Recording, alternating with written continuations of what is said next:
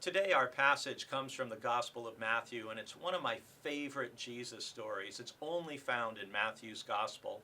Often in footnotes in the Bible it will be noted or called the parable of the laborers in the vineyard. It's much better to be thinking of it as the parable of the generous landowner, because that's really where the focus should be, on the character in the story who is reflecting the character of God. And it's 19 verses, and I hope you'll indulge me, but I really need to read the story to you so we can appreciate it. For the kingdom of heaven is like a landowner who went out early in the morning to hire laborers for his vineyard. After agreeing with the laborers for the usual daily wage, he sent them into his vineyard. When he went out, about 9 o'clock, he saw others standing idle in the marketplace, and he said to them, "You also go into the vineyard, and I will pay you whatever is right." So they went.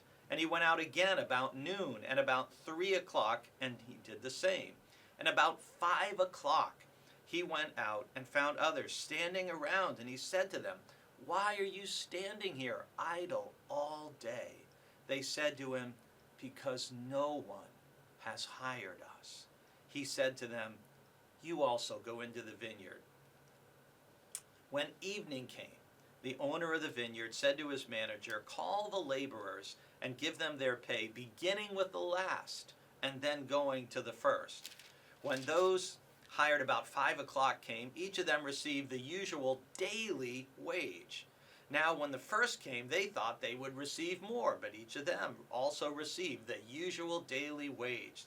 And when they received it, they grumbled against the landowner, saying, "These last worked only 1 hour, and you have made them equal to us who have borne the burden of the day and the scorching heat." But he replied to one of them, "Friend, I am doing you no wrong. Did you not agree with me for the usual daily wage? Take what belongs to you and go. I choose to give to this last the same as I give to you. Am I not allowed to do what I choose with what belongs to me? Or are you envious because I am generous?" So the last will be first, and the first will be last. The power of this story is actually in the offense. And the landowner intentionally tells his manager to pay the laborers in a way that he knows is likely to tick off the people who worked from 6 a.m. to 5 o'clock in the afternoon. And they get paid the same amount as the people who got hired at 5 o'clock. But the point in the story is, first of all, that the landowner paid everyone exactly what he said he would pay them. The people who started working at 6 a.m., they got exactly what they agreed to work for.